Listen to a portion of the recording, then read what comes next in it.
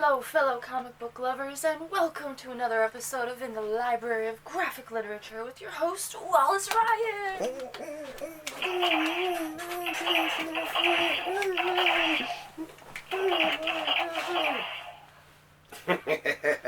With, of course, my great co-host, the lovely Luna. Yay! So, today we have the top 10 remakes of other comic artists. Yeah, of creations that were created by someone else, and someone else took them. Oh no, we start here with this father. Okay. But they were taken over by someone else or whatever, and someone else took over some characters or comic, and they did even better than the. Well, not better than the original, but as good, if not better than the original. Okay, so we'll start off with Uncle Scrooge. Yeah, and Donald Duck. Dun dun dun dun. Dun, dun, dun, dun. And this, of course, this is by Don Rosa, who took over from Carl Barks when it came to being one of the great Duck artists. So, I guess most of the Duck artists are doing remakes in a way, but his is one of the best remakes of Your Duck artists around here somewhere. Somewhere there. Oh my. Oh no, that's my. That's my duck-billed platypus, but you're close enough. There he is. It's going to be on the cover of a book called Off Panel, done by a friend of mine, Elizabeth Witt, and it's on the history of Newfoundland comics. And I'm in there a lot. So anyway, this is one of my favorite duck artists.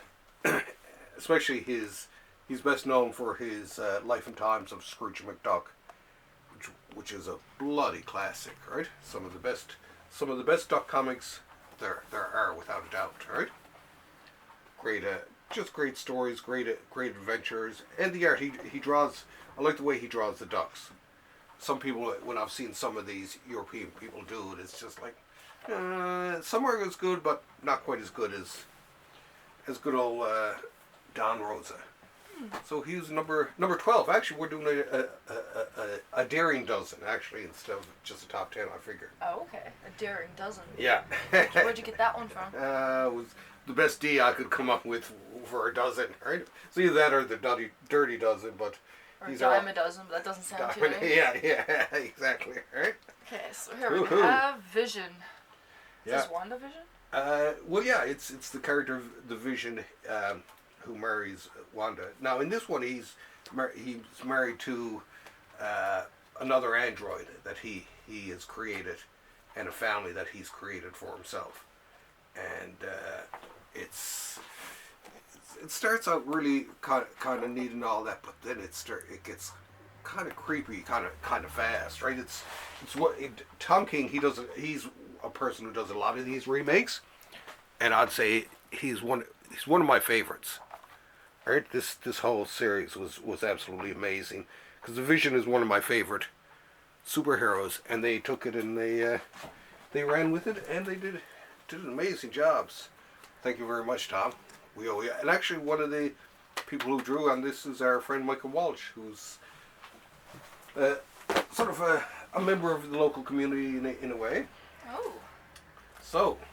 Who's this? On to number 10, and this is the Legion of Superheroes. Watch out, is that the the dust thing? jacket. No, that's Darkseid. Oh. He's like the Darkseid. Yeah, I love him. He's like one of the. It's funny. I used to pronounce it Darkseid too, actually, and it seems better. But he's the best baddie DC has, and he even looks ultimate evil, right? He's one, and the guy who did this, Keith Giffen, along with this other guy, Paul Levitz, and Larry Malstead, and other people, they took over the Legion of Superheroes, and they really did an amazing job on it, because the Legion hadn't been selling well in years, and they took over, and they did an amazing job. And he came back a few years later, after he finished his run on it. And another one, and I would include that with this, I just picked this one because it was the lightest version of this one. He went down to do, I think it's up there somewhere on this shelf there, the 5 years after. Oh, it's there somewhere. Anyway, a series from the Legion called 5 Years Later, and Here we have And here now, and great one. Anyway, continue on. Yeah, here you are jumping the gun. Oh, you better put your coffee over there. Or have them freaking out. Yeah, you're gonna have a but anyway, you can introduce it. This is Eternals by Neil Gaiman. Dun-dun-dun-dun-dun. Now, a lot of times when people try to do Jack Kirby, who originally created the Eternals, when people try to redo his series, they never quite make it. There's always something quite wrong about it. With this series, I was a fan of the original Eternals, and when I seen that Neil Gaiman was doing one, I thought, well, this should be interesting.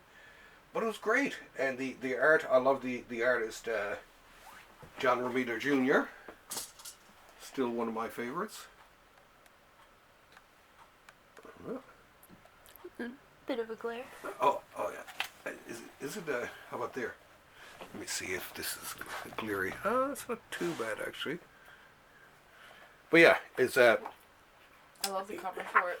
Oh, Gaiman did an amazing, oh yeah, this one. There were two covers for it. This one, I bought this one in New York at a convention. Got it for cheap. But, I mean, great book. Neil Gaiman actually does, it's the best thing Neil Gaiman did for Marvel Comics, as far as I remember, alright? Now let me lay this over here. Get on to the next one there. Okay, here we go. You can pick it up there. This one is heavy. Oh yeah. We have classic Fantastic Four. By John Byrne, yay! Now this was in the 80s, this guy, well early 80s, this guy John Byrne, who's, he's British born but lived in Canada. He took over the Fantastic Four and he started, early on he's just drawing it, but then later on he comes back and he takes over the strip and he does it himself, and he, geez, I can't remember how long he was on Fantastic Four. He left X-Men. He was the one who made X-Men so popular at the time. Do you have his artwork on any one of the plaques you have? It kind of looks like his, like Spider-Man ones or something. Just not sure if I do or not, you know. But he did an amazing job of it. And not only did he do a good job with the writing and all that, was the yeah, I dig it. the art. Here, I'll hold it because it's fine. But no one did. Oh, like that. I love this opening sequence, right? Did you hear that spine snap? Oh yeah. So this was but yeah, no one had done Fantastic Four as good as this at the time, since Jack Kirby did it originally. Oh, I love the opening title pages. Were always cool. But and this, I got 2 volumes of this. I only brought one down here to use, but I do have a lot. But yeah, it was a great interpretation of a classic comic strip. We are the cartoon heroes. Now with this one, there's 3 characters here, but the one I'm focusing on is the one in the middle. Action heroes, not cartoon heroes. Yeah, this is but this guy in particular, Blue Beetle. It did go to actually taken over, and there had been a Blue Beetle character earlier, but he basically reinvented it and put his own character there.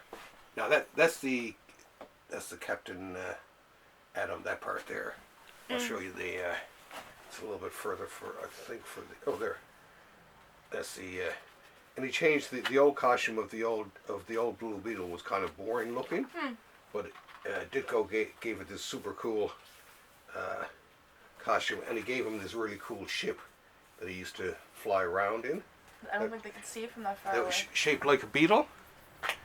It's really cool. But yeah, it was. I mean, it was a hero that essentially gone nowhere until Ditko got a hold of it and revamped it and turned it into the Blue Beetle we know and love today. But unfortunately, they redid Blue Beetle once again, and unfortunately, whoever did it, they did a terrible job. I never really did like the new Blue Beetle, alright? Quote unquote. Yeah.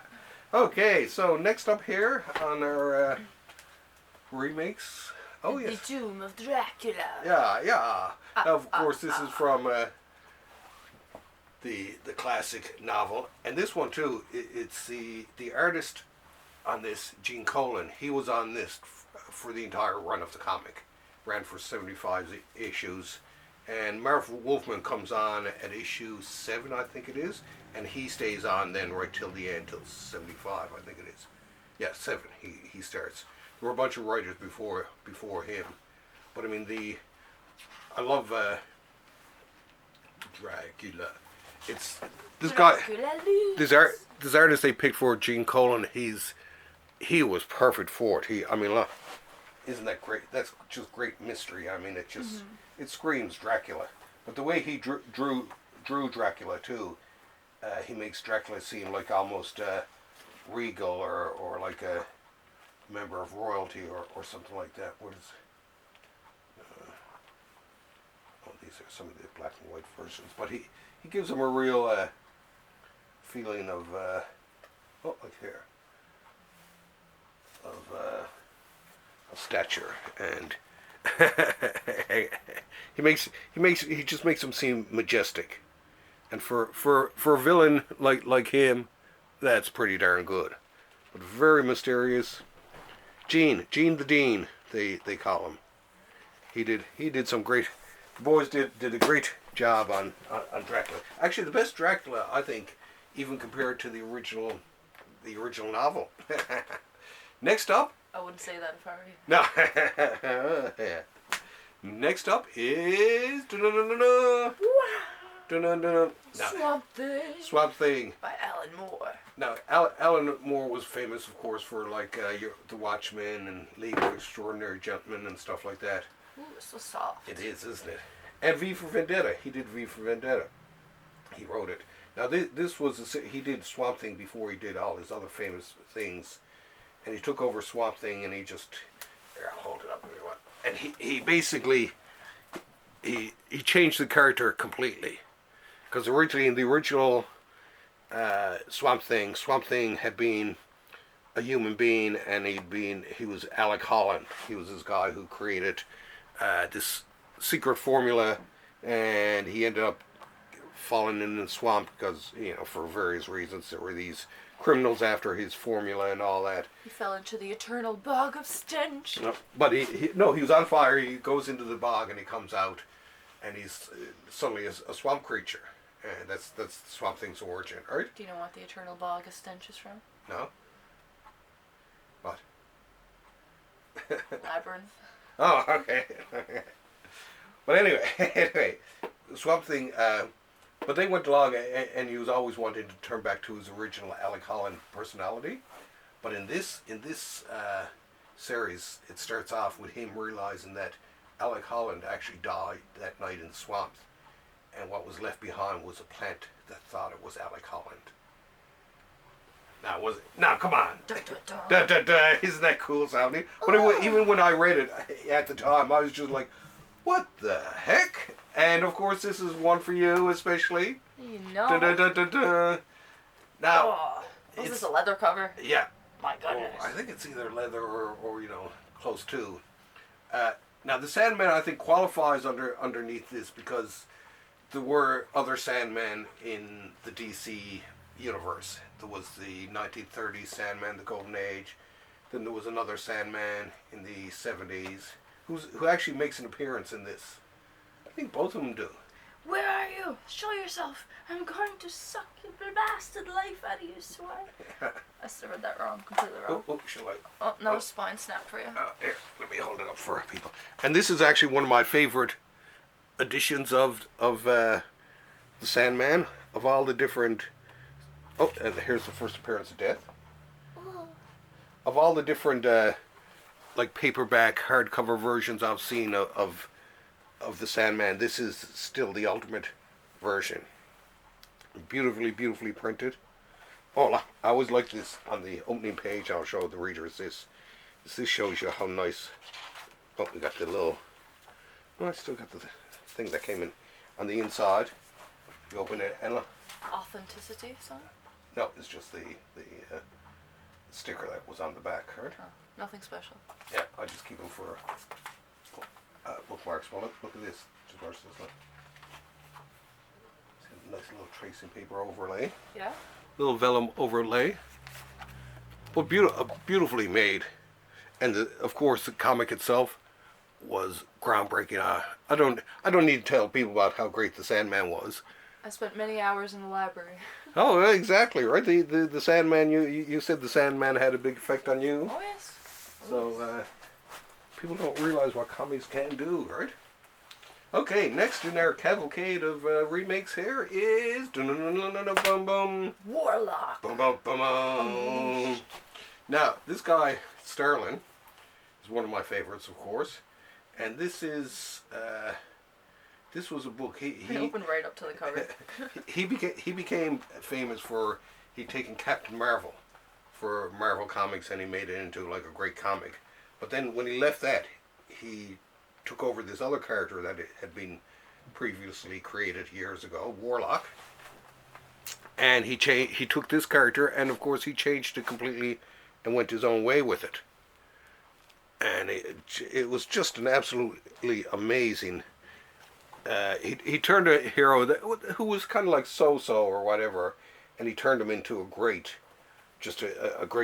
hero. And well, I don't know if you call him a superhero as such, but to an amazing character, right? And he teams up with Thanos and Gamora. Yeah, I thought I seen Thanos there. Yeah, Thanos. I remember his name. Thanos comes along because he's fighting this guy, the Magus. And Thanos shows up to give him a hand, right? So you know that Thanos is up to something because it's just like Thanos just don't show up and do you favors, right? But it was an amazing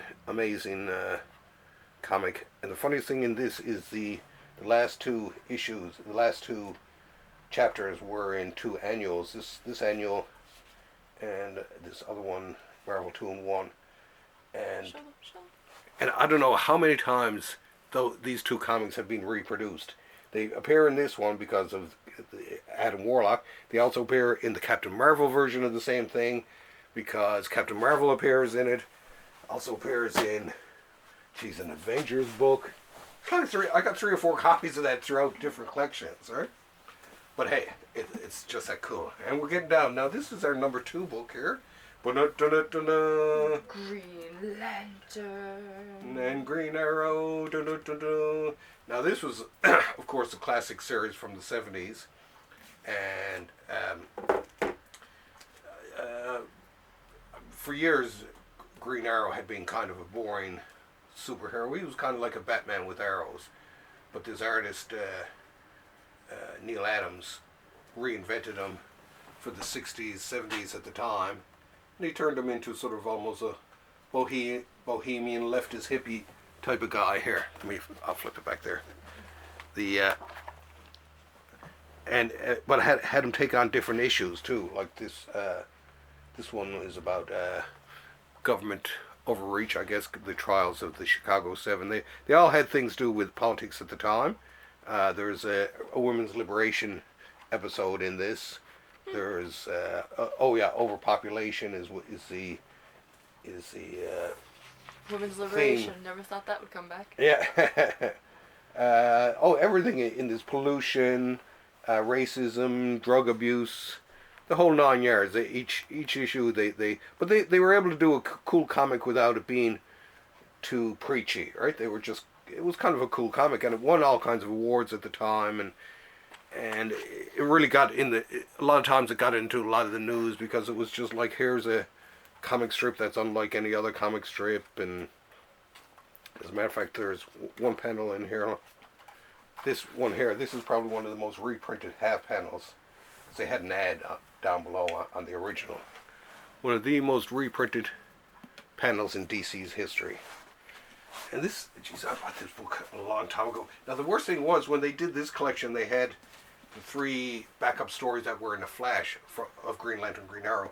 But there was also one other one that they had done. It was a solo Green Lantern. And that's why I bought a second copy of it when it came out in a different version. Whew! What's the last one? Now here we are down to the number 1 remake in my mind. Ooh, I think I know who this is. Absolute Batman, Year 1. Year 1, by Frank Miller and David Mazzucchelli. Yay! this to me, it's one of my favorite retellings of the origin, but it also did change a lot about Batman, because in this one, the Gotham police force really comes across as a corrupt police force, and it's obviously that there's a lot of crap going down, and there are payoffs, there's all kinds of bad stuff going on, and corruption, and Batman comes along to try to make everything right, and he joins up with Commissioner Gordon, who's just a lieutenant or something like that, or was it a captain? But anyway, so you get to see Gordon, his story, and Bruce Wayne's at the same time, and it's one of my favorite all-time Batman stories, I think. So of all the people who did some reimagining or changed things with the Batman, this in 4 issues he changed the Batman more than any other four issues I can think of when it comes to the comics.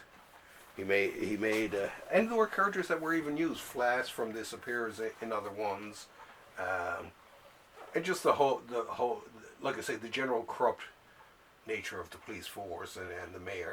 Everyone's on the take, right? Mm-hmm. So definitely my favorite. Oh, I like this too. Your turn to break his spine. And the artwork too. I love this. This is that simple artwork that I'm always talking about, right? My back. I like when them books go crack. I had never heard that before. Anyway, so we end off with Batman. It always ends off with Batman, doesn't it? Does it? I guess sometimes. Oh, look, there's the Batman Black and White. That's a great book. That's a bunch of black and white stories. Anyway, so that's my my daring dozen of comic book remakes, both artists and series. So hope you enjoy. Yes, and hopefully next week we'll have some new books, because I got 2 put away for an episode. So I'm hope next week we have a new one. Hit that like button. Smash that subscribe. Oh, and sorry we didn't get one out last week, but I was working on this comic for the Newfoundland Quarterly, and that ate up my time. Is the subscribe button that way? Yes, hit the subs. That way. I'm not sure which way it is. There. Anyway, yes, subscribe to us. And check in next week. Oh, and check out me and Dennis on Thursday Comics. In the meantime, thanks for having us over, and keep on reading. Mm-hmm. Ciao. Bye. Right this way.